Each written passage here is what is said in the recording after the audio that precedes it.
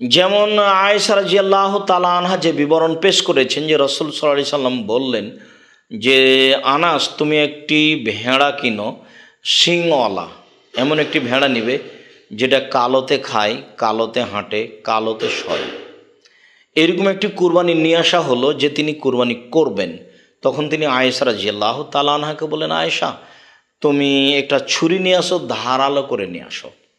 আয়েশা রাদিয়াল্লাহু তাআলা তাই করলেন। সম্মানিত দর্শক মণ্ডলী, এখানে আরেকটা কথা আপনাদেরকে বলে নিই, মানুষ তার স্ত্রীর নাম ধরে ডাকবে এটাই ভালো।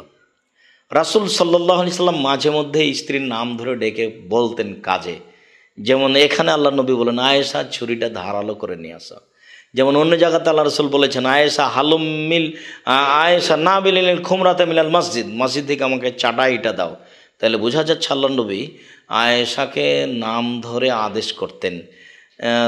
এবং এইটাও বুখারী মুসলিমের হাদিস যে স্ত্রী স্বামীর নাম ধরে ডাকতে পারে। ওই যে আগের পর্বে আপনি দেখলেন যে হাজেরা রাদিয়াল্লাহু তাআলা আনহা বলছিলেন ইব্রাহিম আলাইহিস সালামকে, ইব্রাহিম কোথায় যাচ্ছেন, ইব্রাহিম কোথায় যাচ্ছেন?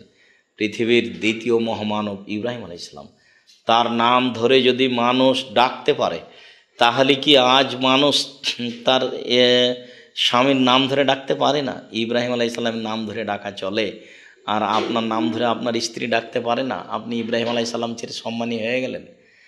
আর যারা বলছে যে নাম ধরে ডাকা বেয়াদবি, বেয়াদবি বলাটাই বেয়াদবি, নাম ধরে মানুষ ডাকবে এটাই উত্তম। আয়েশা রাদিয়াল্লাহু তাআলা আনহা বহুবার বলেছেন যে আবু বকর সিদ্দিক রাদিয়াল্লাহু তাআলা আনহু আমার পাশে আসলেন এবং এই করলেন। তিনি বহু জায়গাতে তার পিতার নাম ধরে ডেকেছেন। তার পিতা মানুষ হিসাবে পৃথিবীতে সবচেয়ে মহামানব, নবী রাসূল ব্যতীত।